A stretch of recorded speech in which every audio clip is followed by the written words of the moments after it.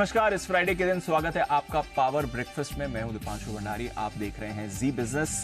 Weekend session आ चुका है, नई सीरीज की शुरुआत हुई है। पिछले 4 सीरीज में बाजार का तो दमदार प्रदर्शन रहा है। नए हाईज, नए लेवल्स आपको आते हुए दिखे हैं। इस नई सीरीज में कहां पर रखनी है आपको नजर, कौन से रहेंगे इंपॉर्टेंट लेवल्स, कैसे बनानी है अपनी स्ट्रैटेजी और कौन से स्टॉक्स पर रहेगा एक्शन, अगले आधे घंटे में आपको ये सब हम बताने वाले हैं। शुरुआत करते हैं आज सुबह के ग्लोबल संकेतों को देखकर। अगर आप अमेरिकी फ्यूचर्स पर नजर डालेंगे तो हल्की बढ़त के साथ ट्रेड करते हुए दिख रहे हैं। कल एक ऐतिहासिक 13 दिन की रैली के बाद हमने यहां पर गिरावट आती हुई देखी। थोड़ी नरमी आपको वैसे एशिया के बाजारों में दिख रही है। कल शाम अमेरिका के सुस्त एक्शन के बाद गिफ्ट निफ्टी करीब 50 अंक नीचे आपको ट्रेड करते हुए दिखेगा। एशिया के बाजार जो अभी अभी खुले हैं वहां पर भी आपको कमजोरी आती हुई दिख रही है। जापान पर रखिए नजर, यहां पर 1.25% का बड़ा कट आते हुए दिख रहा है। आज तो बैंक ऑफ जापान की पॉलिसी भी है, तो उससे पहले थोड़ी कमजोरी यहां पर दिख रही है। चीन और हांगकांग खुलने की तैयारी में है, बट बाकी एशिया के बाजार भी आपको आधे से 1% नीचे दिखेंगे। तो कल शाम अमेरिकी सुस्ती के बाद आज आप देख रहे हैं कि ग्लोबल मार्केट्स, एशिया के मार्केट्स थोड़े नर्म दिख रहे हैं। हालांकि अमेरिकी फ्यूचर्स इस समय माइल्ड पॉजिटिव टेरिटरी में ट्रेड कर रहे हैं। कच्चे तेल पर रखिए नजर, ये लगातार आपको एक्शन में दिख रहा है। अब $84 के करीब ब्रेंट पहुंचते हुए दिखा है, तो यहां पर लगातार खरीदारी हो रही है। 3 महीने की ऊंचाई पर ट्रेड हो रहा है। हालांकि कल शाम हमने देखा गोल्ड और सिल्वर में बड़ी गिरावट आई है। डॉलर इंडेक्स भी थोड़ी मजबूती दिखा रहा है। तो कैसे समझने सारे ग्लोबल संकेत, आज कहां पर रखनी है नजर, आइए पहले एक बार नुपुर से पूरी डिटेल्स जान लेते हैं। Nupur, good morning. एक हिस्टोरिक रन कल बंद होते हुए दिखा, 14 दिन तेजी नहीं हुई, हालांकि अच्छी शुरुआत जरूर हुई थी अमेरिकी बाजारों की। जरा बताएं क्या कुछ एक्शन हुआ है कल? बिल्कुल, जो 13 दिन की लगातार हमने तेजी देखी, उसके बाद थोड़ी कमजोरी थी। अगर हम कल पॉजिटिव में बंद होते तो 1897 के बाद ऐसा होता, 126 साल के बाद की इतना बड़ा रिकॉर्ड बनाते हैं। लेकिन हालांकि थोड़ी मुनाफा वसूली कल के दिन नजर आई। कुछ मैक्रो डेटा सामने आए, कुछ अर्निंग्स का रिएक्शन देखा। कमजोर डिमांड के चलते एयरलाइन स्टॉक्स में भी कल हमने गिरावट आती हुई नजर आई थी। डाउ करीबन 200 अंक लुढ़ककर बंद होते हुए नजर आया। S&P और नैस्डैक में भी देखें तो आपको आधे % की गिरावट यहाँ पर भी नजर आएगी।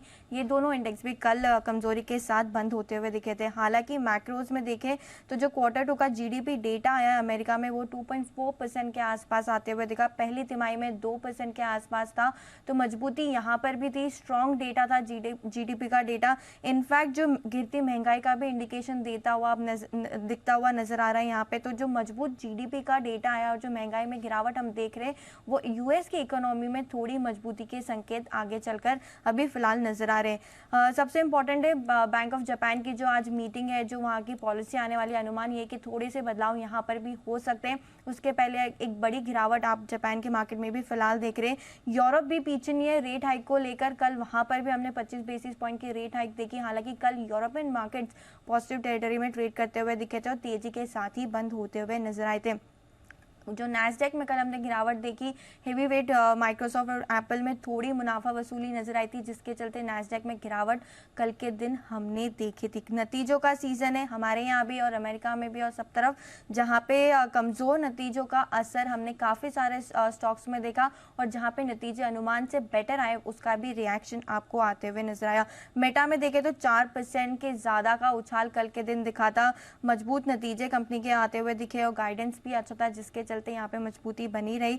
ईबे की बात करें तो यहाँ पे 10% की बड़ी गिरावट आपको कल के दिन नजर आई, क्योंकि कंपनी का गाइडेंस भी कमजोर था और नतीजे भी कमजोर आते हुए दिखे। हनीवेल की भी बात करें तो 5% की गिरावट आपको यहाँ पे भी नजर आएगी और मैकडॉनल्ड्स कॉर्पोरेशन में भी देखे तो 1% का उछाल था, क्योंकि डिमांड अच्छी थी और उनके नतीजे काफी अच्छे आते हुए नजर आए। फाइनेंशियल्स और एयरलाइन स्टॉक्स में भी कल के दिन हमने कमजोरी देखी। एयरलाइंस में कमजोरी कमजोर डिमांड के चलते आते हुए दिखी। रिपोर्ट से निकल के आ रही थी कि डिमांड शायद कमजोर रह सकती है, जिसका असर कल के दिन नजर आया। 10 साल की जो बॉन्ड यील्ड है वो 4% के ऊपर जाते हुए नजर आ रही। डॉलर इंडेक्स में मजबूती आपको नजर आएगी, 101.7% के आसपास ट्रेड करता हुआ दिख रहा है। क्रूड भी देखे तो 1% का उछाल आपको यहाँ पर भी नजर आएगा, $83 के ऊपर फिलहाल पहुंच गया। और जिस हिसाब से डॉलर इंडेक्स में मजबूती है, सोना करीब $25 गिरकर $1945 के पास बंद होता हुआ दिखा। गोल्ड में जून के बाद पहली इतनी बड़ी गिरावट आपको नजर आई है। चांदी में भी 2.5% की गिरावट थी, $24 के पास है। और बेस मेटल में भी देखे तो कल कमजोरी ही दिखी थी। तो इक्विटीज भी कमजोर था, कमोडिटीज में भी आपको कमजोरी नजर आई। क्रूड हालांकि ऊपर था और हमने देखा कि जो डॉलर इंडेक्स है उसके जो मजबूती के चलते यहाँ पे बेस मेटल में भी कमजोरी थी। तो रिजल्ट रिएक्शन भरपूर अभी वहां पर भी फिलहाल नजर आ रहा है। बिल्कुल, तो रिजल्ट रिएक्शन है, थोड़ा स्टॉक स्पेसिफिक एक्शन था, एक ऐतिहासिक तेजी पर कल थोड़ा ब्रेक लगते हुए दिखाया। समझते हैं आज कैसे रहेंगे चाल।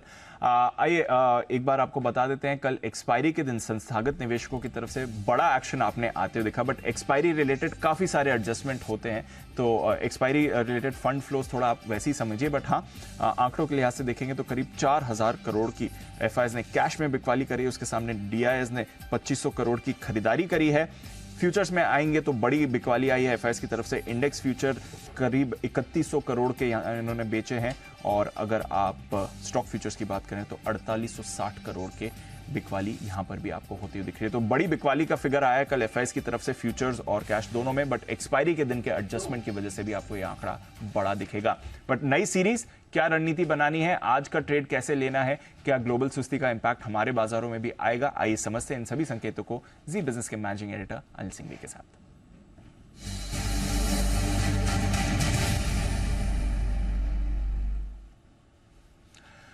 Anil ji, good morning sir. पिछली 4 सीरीज तो बाजार के लिए बढ़िया रही हैं, पर आज नई सीरीज शुरुआत हो रही है, थोड़ा बताएं इस सीरीज के लिए कहां पर रखनी है नजर, आज के ट्रेड के लिए आप क्या कुछ सजेस्ट करेंगे? गुड मॉर्निंग दीप। देखिए, सीरीज के लिहाज से देखें तो वैसे अगस्त की सीरीज आमतौर पर ठीक रहती है। बड़ी सीरीज होती है, बड़े मूव आते हैं अगस्त की सीरीज में।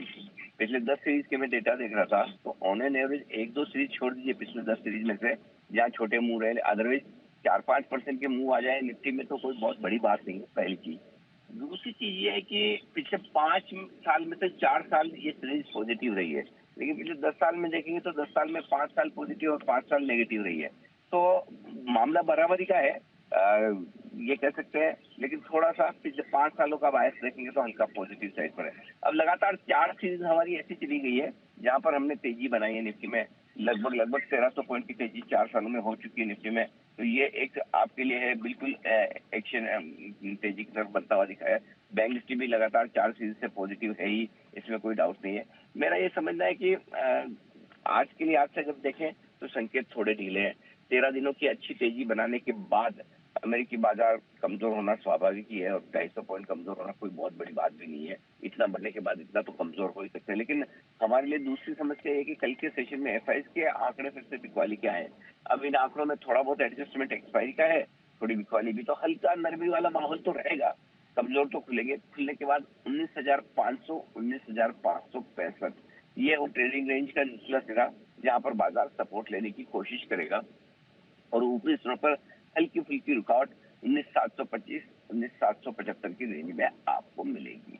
अब आइए बैंक निफ्टी, 45,675 के आसपास हम बंद हुए हैं। जो सपोर्ट जोन है आपके लिए 45,400 45,550 का रहेगा, यहाँ पर आप सपोर्ट लेंगे नीचे की तरफ, और ऊपर की तरफ बैंक निफ्टी में 45,800 45,925 की रेंज है जहाँ पर हल्की फुल्की रुकावट आपको दिख सकते हैं। तो इन लेवल्स पर आपको रखनी है नजर, और कमजोर शुरुआत होगी, कमजोर शुरुआत होने के बाद अच्छे सपोर्ट लेवल के आसपास आए तो हल्की फुल्की खरीदारी कर सकते हैं। तो शुरुआत और थोड़ा बढ़ जाए तो पहले ऊपर में प्रॉफिट बुकिंग भी करते हैं। थोड़ा सा आज सीरीज की शुरुआत करने के लिए ग्लोबल और लोकल संकेत हल्की कमजोरी के, इसलिए थोड़ा सा दबाव रह सकता है जी। तो रेंज में ट्रेड करें, ऊपरी स्तरों पर थोड़ी बिकवाली कर सकते हैं, निचले स्तरों पर खरीदारी करें, लेवल्स को रिस्पेक्ट करना जरूरी है। और 8 बजे तो ऑफकोर्स डिटेल में अनिल जी से उनकी पूरी स्ट्रैटेजी और इस सीरीज का आउटलुक भी समझेंगे। शुक्रिया सर हमारे साथ जुड़ने के लिए और बाजार पर नजरिया देने के लिए। निचले स्तरों के करीब आप देख रहे हैं 19,500 के आसपास आपको निफ्टी का सपोर्ट आते हुए दिखेगा, वहां पर आप अगर बाजार आते हुए दिखे तो खरीदारी कर सकते हैं। 500-565 की सपोर्ट रेंज आते हुए, ऊपर की बात करें तो करीब 19,725 से 775 पर यहां पर मुनाफा वसूली करनी है। बैंक निफ्टी की बात करें 45,400 45,550 के आसपास आपको सपोर्ट आते हुए दिखेगा, ऊपर की तरफ 45,800 से 45,925 की रेंज रहेगी। आइए खबरें, कहां पर रहेगा एक्शन, इतने नतीजे आए हैं, आज कौन से नतीजे आएंगे, ट्रिगर्स और बाकी सारा फोकस लेकर आए हैं हमारे साथ अरमान मॉर्निंग। पहले तो कल के नतीजों के बारे में बताएं, कौन से कुछ इंपॉर्टेंट नतीजे आए हैं? जी गुड मॉर्निंग। कई सारे नतीजे आते हुए दिखे हैं, जिसमें सबसे पहले अगर आप बात करें इंडस टावर के नतीजे हैं। यहाँ पे आपको नतीजे जो दिख रहे हैं वो मिक्स सेट ऑफ नतीजे आपको दिख रहे हैं। आय लगभग 4.85% के आसपास बढ़कर आई है। मार्जिन अगर आपको दिखेंगे थोड़े से कम होकर आए, 51% से कम होकर लगभग 49.7% के आसपास आते हुए दिखे, और मुनाफे में भी 3.5% के आसपास की आपको कटौती दिखेगी। इंटेलेक्ट डिजाइन यहाँ पर अगर आप नतीजे देखें तो स्टेबल सेट ऑफ आपको नतीजे दिख रहे हैं। आय लगभग 4% के आसपास बढ़कर आई है। मार्जिन्स 22.1% से बढ़कर 23.1% पर आते हुए दिखे हैं और मुनाफा अगर आप देखें, मुनाफे में भी 3% के आसपास का आपको उछाल दिखेगा। इंडियन होटल्स यहाँ पर मिक्स सेट ऑफ नतीजे दिख रहे हैं। आय हालांकि 16% के आसपास बढ़ी है। मार्जिन्स जो है वो कम हो गया है, 30% से कम होकर 28% पर आते हुए दिखे। हालांकि अनुमान अगर आप देखें तो लगभग 30% के आसपास का ही अनुमान था और मुनाफे में आपको 31% के आसपास का उछाल दिखेगा। बीएल नतीजे आपको अनुमान से बेहतर आते हुए दिखे हैं। आय लगभग 13% बढ़ी है। मार्जिन्स में अच्छा खासा इंप्रूवमेंट है, 16.5% से बढ़कर मार्जिन्स जो है लगभग 18.9% के आसपास आते हुए दिखे। हालांकि जो अनुमान था वो 17% का था, तो उस हिसाब से मार्जिन में भी आपको बीट आता हुआ दिखा है। सोना बीएलडब्ल्यू प्रिसिशन यहाँ पर नतीजे आपको आय लगभग 25% बढ़ी है। मार्जिन्स 23.5% से बढ़कर 27.7% पर आते हुए दिखे हैं और इसी के चलते आप देख रहे हैं मुनाफे में भी लगभग आपको 47% के आसपास का उछाल दिख रहा है, तो नतीजे बढ़िया हैं। जेके लक्ष्मी सीमेंट यहाँ पर आय लगभग 5% के आसपास बढ़कर आई है। मार्जिन्स आपको कट कम हो गया है, 14% से कम होकर 10.3% पर आए हैं और मुनाफा देखें तो मुनाफे में भी आपको 26% के आसपास की जो है गिरावट आती हुई दिखेगी। रेलटेल कॉर्पोरेशन यहाँ पर आय 24% बढ़ी है, पर मार्जिन्स में कटौती है, 17.7% से गिरकर 15.8% पर आते हुए दिखे हैं। मैक्रोटेक डेवलपर्स यहाँ पर भी आपको अगर आप नतीजे देखें तो नतीजे आपको कमजोरी दिख रहे हैं। आय में लगभग 40% के आसपास की गिरावट है। मार्जिन्स जो है हालांकि वो इंप्रूव हो गया है, 17.4% से बढ़कर 20.4% पर आते हुए दिखे और मुनाफा की अगर आप बात करें वहाँ पर 34% के आसपास की गिरावट है। और अंत में मोतीलाल ओसवाल फाइनेंशियल सर्विसेज की बात करें तो यहाँ पे आपको नतीजे काफी बढ़िया दिख रहे हैं, क्योंकि आय तो अगर आप देखें लगभग डबल होती हुई दिखी है, 99% के आसपास बढ़कर आती हुई दिखी है। मार्जिन 26.7% से बढ़कर लगभग 56% के आसपास आते हुए दिखे। हालांकि यहाँ पर एक चीज ये भी इंटरेस्टिंग है, क्योंकि जो नेट गेन है फेयर वैल्यू चेंजेस का वो इस बार लगभग 334 करोड़ का होता हुआ दिखा है, जो पिछली बार की अगर तुलना में देखेंगे तो वो लगभग 158 करोड़ का घाटा था। और इन्होंने बिजनेस रीऑर्गेनाइजेशन और रिस्ट्रक्चरिंग भी करी, अपने वेल्थ मैनेजमेंट कारोबार को भी अपनी सब्सिडी में ट्रांसफर कर रहे हैं। तो इंपॉर्टेंट डेवलपमेंट है मोतीलाल ओसवाल फाइनेंशियल सर्विसेज के लिए, जहां पर रखनी है आपको नजर। खबरें कौन सी हैं और आज के ट्रिगर्स कौन से हैं अरमान? जी बिल्कुल, आज भी कई सारे नतीजे हैं, जिसमें सबसे पहले एफएनओ के स्पेस की बात करें तो Exide industries, Mahindra and Mahindra financial services, Marico, United breweries, Indian oil corporation, SBI cards और पिरामल एंटरप्राइजेज जैसी कंपनियां जिनके नतीजे आएंगे। पिरामल एंटरप्राइजेज पे आपको यहाँ पर भी ध्यान रखना है, क्योंकि बोर्ड बैठक में नतीजे तो है ही, उसके साथ साथ बायबैक जो है वहां पर भी विचार किया जाएगा। कई सारे स्टॉक्स में आपको एक्स डेट दिखेगी जहां पर डिविडेंड्स है, जिसमें टाटा मोटर्स, डीवीआर की बात करें, सन फार्मा, आरती इंडस्ट्रीज, डीएलएफ और आदि कई सारी कंपनियां हैं जिनकी आपको एक्स डेट होती हुई दिखेगी। यथार्थ हॉस्पिटल एंड ट्रोमा केयर, जिनका आईपीओ का आज तीसरा और आखिरी दिन है, वहां पर ओवरऑल सब्सक्रिप्शन अगर आप देखें 3 गुना से ज्यादा बढ़ता हुआ दिखा है, जिसमें अगर आप रिटेल का हिस्सा देखेंगे वो 3.5 टाइम्स, एनआईए का हिस्सा जो है वो लगभग 6 गुना 6.1 टाइम्स बढ़ता हुआ दिखा है और क्यूआई भी लगभग 29% के आसपास बढ़ा है। खबरों के हिसाब से रेल विकास निगम लिमिटेड, यहां पर आपको ध्यान रखना है, क्योंकि आज जो है ओएफएस के लिए जो रिटेल का हिस्सा गिरेगा, नॉन रिटेल की अगर आप देखें जो उसके हिसाब से अगर आप नॉन रिटेल के लिए जो हिस्सा था वो कल खुला हुआ था और उसमें 2.7 टाइम्स जो बढ़ता हुआ दिखा है और ग्रीन शू ऑप्शन जो एडिशनल था उनके पास, जिसका वो एक्सरसाइज कर सकते थे, उनका यह अपडेट है कि उसके तहत वो लगभग 4 करोड़ एडिशनल जो शेयर्स हैं वो जारी किए जाएंगे और कट ऑफ प्राइस जो है नॉन रिटेल का जो निकल के आया है 121.6 का निकल के आया है। इप्का लैब, यूनिकैम लैब, यहाँ पर आप ध्यान रखें क्योंकि इप्का लैब को यूनिकैम लैब के हिस्सा अधिग्रहण को मंजूरी मिलती हुई देखी है। यूनिकैम लैब में के लगभग 59 अगर लगभग 60% के आसपास जो है उसके तक शेयर खरीद को सीसीआई की मंजूरी मिलती हुई दिखी है। Lupin limited, Goa Pithampur unit 2 का जो वार्निंग लेटर जारी हुआ था उसका समाधान होता हुआ दिखा है और ये जो वार्निंग लेटर अगर आप देखें यहाँ पर 6 नवंबर 2017 को यूएसएफडीए ने वार्निंग लेटर जो है जारी किया था।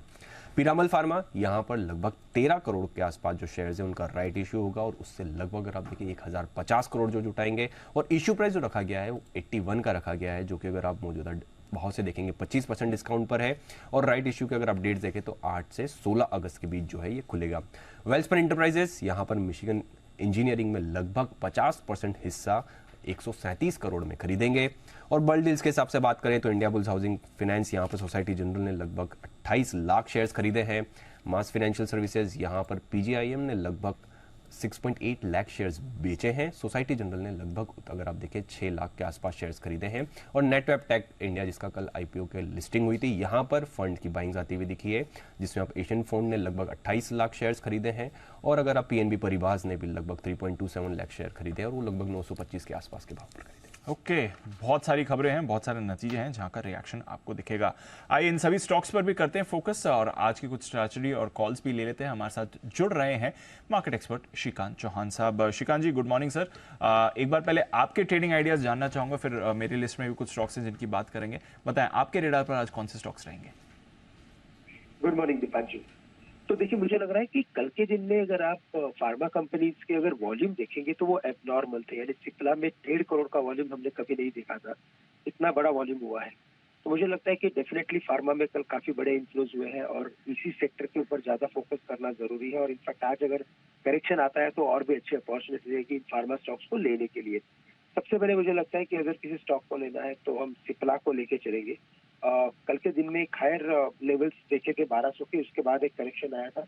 तो 1170 1165 के रेंज में अगर मिलता है तो इसे लॉन्ग करके चले। स्टॉप लॉस रखे यहाँ पे 1130 रुपए का और टारगेट्स नजर आते हैं 1200 से लेकर 1250 के। तो सिप्ला हमें अच्छा लग रहा है, इसे लॉन्ग करके चल सकते हैं। और चूंकि मार्केट में एक वीकनेस बना हुआ है, थोड़ा सा और प्रेशर बन सकता है, तो लगता है कि अपोलो टायर्स इसे शॉर्ट करके चलना चाहिए क्योंकि क्रूड के दामों में भी अच्छी खासी तेजी बनती जा रही है। तो अपोलो टायर्स करंट लेवल से शॉर्ट करें 420 के करीब, स्टॉप लॉस रखे 428 का और टारगेट्स नजर आते हैं 400 रुपए के। ओके, तो ये है आपके लिए सिप्ला पर खरीदारी बट अपोलो टायर्स पर शॉर्ट करने की राय श्रीकांत चौहान साहब की तरफ से। सर, इंडियन होटल्स एक बार जरा इस पर अपनी राय दें। नंबर्स के बाद ये भी आज ट्रेड करेगा। कोई भी उस काउंटर पर चार्ट्स के लिए इंपॉर्टेंट लेवल्स क्या रहेंगे? बिल्कुल। तो देखिए, इंडियन होटल्स में ही अगर देखा जाए तो नंबर्स काफी हद तक प्राइस्ड इन थे और अभी जब मार्केट में करेक्शन आ रहा है तो मुझे लगता है कि ये भी स्टॉक थोड़ा और सॉफ्ट हो सकता है। 385 के करीब है। हमें लगता है कि ये स्टॉक कम से कम 365 से लेकर 360 के लेवल्स वापस दिखा सकता है। तो शॉर्ट टर्म के लिए वीकनेस है डेफिनेटली। अगर आपके पास ट्रेडिंग पोजीशन है तो मुझे लगता है कि स्टॉप लॉस रखना चाहिए 380 का। 380 के नीचे आप एग्जिट कर लीजिए। और अगर इन्वेस्टमेंट्स है तो मुझे लगता है फिर आप इसे होल्ड कीजिए क्योंकि ओवर द पीरियड अच्छा लगता है, ये स्टॉक बढ़ सकता है। ओके, भारत इलेक्ट्रॉनिक्स सर, यहाँ पर अच्छे नंबर्स हमें आते हुए दिखे हैं। इस स्टॉक पर क्या रिएक्शन एक्सपेक्ट करना चाहिए? बिल्कुल। तो देखिए, ये ओवरऑल देखा जाए तो लॉन्ग टर्म में काफी अच्छा लग रहा है। शॉर्ट टर्म में मुझे लगता है कि रेंज बाउंड है। 120 115 के करीब आ सकता है अगर और करेक्शन बनता है तो। लेकिन अगर आज नंबर्स के बाद अगर 130 के लेवल्स अगर ये क्रॉस कर लेता है तो फिर मुझे लगता है कि स्टॉक 145 तक जा सकता है। तो एक कंडीशनल बाय ट्रेडर्स के लिए है कि अगर 130 के लेवल्स क्रॉस करता है तो लॉन्ग करें, स्टॉप लॉस रखे 125 रुपए का और टारगेट रखे 145 रुपए के। ओके, बहुत बहुत शुक्रिया श्रीकांत जी हमारे साथ जुड़ने के लिए और बाजार पर अपनी स्ट्रैटेजी और कुछ बेहतरीन ट्रेडिंग कॉल्स भी देने के लिए। आइए कमोडिटी बाजार पर भी नजर डालते हैं क्योंकि कल यूएस जीडीपी डेटा आने के बाद और फेड की पॉलिसी थोड़ा पचाने के बाद कमोडिटी मार्केट में भी हमने कल बड़ा एक्शन देखा है। डॉलर इंडेक्स भी थोड़ा मजबूत हो गया है। तो आइए आज कमोडिटी में कैसा एक्शन रह सकता है जानते हैं कुंवर जी के रवि देवरा साहब के साथ। Ravi, good morning. पहले तो गोल्ड पर आपकी राय लेना चाहूंगा क्योंकि कल हमने बड़ी गिरावट देखी है इंट्राडे में गोल्ड पर। बताएं आज के लिए इंपॉर्टेंट लेवल्स क्या होंगे, आपकी स्ट्रैटेजी क्या होगी? Good morning. डेफिनेटली कल जो जीडीपी के डेटा आए उसके बाद जो डॉलर इंडेक्स में एक सिग्निफिकेंट उछाल था, इससे bullion as well as metals में काफी अच्छा प्रेशर था। हालांकि सिलेक्टिव मेटल्स में देखे तो आज थोड़ी स्टेबिलिटी दिख रही है। पर्टिकुलर गोल्ड में भी थोड़ा डॉलर इंडेक्स हायर लेवल पे स्टेबल हुआ है। तो मुझे लग रहा है कि यहाँ से और ज्यादा गिरावट की मैं उम्मीद नहीं कर रहा। और हिस्टोरिकली भी देखे तो 1942 का सपोर्ट इंटरनेशनल मार्केट में गोल्ड में एंड डोमेस्टिक मार्केट में 58,800 तक का सपोर्ट है। साथ में हमारी जो करेंसी है उसमें थोड़ा वीकनेस देखने को मिल सकता है। तो इसका भी एक अच्छा फायदा आपको गोल्ड के प्राइसेस में आता हुआ दिखेगा। तो मुझे लग रहा है कि ये गिरावट एक बाइंग की अपॉर्चुनिटी के दौर पे मैं देख रहा हूँ। 58,800 के करीब गोल्ड के करंट कॉन्ट्रैक्ट को बाय करें। स्टॉप लॉस आप लगा सकते हैं 58,600 का। मुझे लग रहा है कि as a part of recovery 59,300 तक के लेवल आपको गोल्ड में आते हुए दिख सकते हैं। कच्चे तेल में क्या करना है? लगातार खरीदारी हो रही है, 3 महीने की ऊंचाई पर है। कल हमारे बाजार भी में भी 1.25% की मूव आपको आती हुई दिखी है। आज के लिए इंपॉर्टेंट लेवल्स क्या होंगे? कच्चे तेल में अभी तक सप्लाई के रिलेटेड जो मीन्स के ट्रिम हो रहा था, बट साथ में डिमांड था उसमें एक लैकलस्टर मोमेंट था। बट चाइना के पैकेज के बाद एक अच्छी रिकवरी वहां पे दिख रही है। मुझे लग रहा है कि आज भी बाइंग की अपॉर्चुनिटी है। आज कुछ गिरावट में 6500 के करीब अगस्त कॉन्ट्रैक्ट में बाय करें। स्टॉप लॉस लगा सकते हैं अराउंड 6420 का तो मुझे लग रहा है कि 6,650 तक के लेवल क्रूड में आते हुए दिख सकते हैं, तो मैं उसमें बाइंग रिकमेंडेशन करूंगा। मुझे लग रहा है यहाँ से और 100 से 125 पॉइंट की रिकवरी आपको इंट्राडे में आते हुए दिख सकती है। ओके, और कॉपर में क्या सजेस्ट कर रहे हैं आज के लिए? कल सारे base metals and means industrial metals में काफी बड़ा करेक्शन था, बट कॉपर में एक अच्छी रिकवरी थी। मुझे लग रहा है कि ये कमोडिटी सप्लाई के इश्यू की वजह से लगातार लाइमलाइट में रही है। कॉपर के अगस्त कॉन्ट्रैक्ट को बाय करें 730 के करीब, स्टॉप लॉस लगा सकते हैं 722। मुझे लग रहा है कि 742 तक के लेवल आपको इंट्राडे में आते हुए दिख सकते हैं। तो जो कल की गिरावट थी, मुझे लग रहा है कि कॉपर में भी एक अच्छी बाइंग अपॉर्चुनिटी है। बहुत शुक्रिया रवि हमारे साथ जुड़ने के लिए और अपनी स्ट्रैटेजी बताने के लिए। कॉपर में डिप्स पर खरीदारी की अपॉर्चुनिटी भी दिख रही है। आइए एक बार देख लेते हैं आज इतने नतीजों और खबरों के बाद दिग्गज ब्रोकरेज रिपोर्ट्स का क्या है नजरिया। एफआईआर में अरमान है हमारे साथ तैयार। अरमान बताइए आज की इंपॉर्टेंट रिपोर्ट्स। जी, कई सारी रिपोर्ट्स आती हुई दिखी है, जिसमें सबसे पहले अगर आप बात करें बजाज फिनसर्व पर, नमूरा की जो रिपोर्ट है, न्यूट्रल का जो स्टैंड है वो उन्होंने मेंटेन करा है, पर टारगेट जो है वो उन्होंने बढ़ाया है। 1420 से बढ़ाकर 1700 का टारगेट जो है वो कर दिया है। जेपी मॉर्गन की नेस्ले पर ही रिपोर्ट है, ओवरवेट जो है वो मेंटेन कर रहे हैं, टारगेट यहां पर वो भी बढ़ा रहे हैं, 23,000 से बढ़ाकर 23,800 का टारगेट वो कर रहे हैं। गोल्डमैन सैक्स की नेस्ले पर ही उनकी भी रिपोर्ट है। न्यूट्रल का जो स्टैंड है वो तो वो मेंटेन कर रहे हैं और टारगेट वो भी बढ़ा रहे हैं, 22,000 से बढ़ाकर 23,000 का टारगेट कर रहे हैं। अगर आप मौजूदा भाव अगर आप देखेंगे तो 22,325 का है। मॉर्गन स्टैनली की भारत इलेक्ट्रॉनिक्स पर रिपोर्ट है, मेंटेन कर रहे हैं ओवरवेट को और टारगेट जो है वो बढ़ा रहे हैं, 136 से बढ़ाकर अगर आप देखें 154 का टारगेट कर रहे हैं, जो कि अगर आप मौजूदा भाव देखेंगे तो 128 का है। और अंत में अगर आप बात करें जेफरीज की, जहां पर सोना बीएलडब्ल्यू प्रिसिशन फॉर्जिंग्स पर रिपोर्ट है, मेंटेन कर रहे हैं बाय को और टारगेट जो है वो बढ़ा रहे हैं, 600 से बढ़ाकर 700 का टारगेट कर रहे हैं। मौजूदा भाव अगर आप देखेंगे तो 592 का। ओके, कुछ इंपॉर्टेंट रिपोर्ट्स आपके लिए आ रही हैं।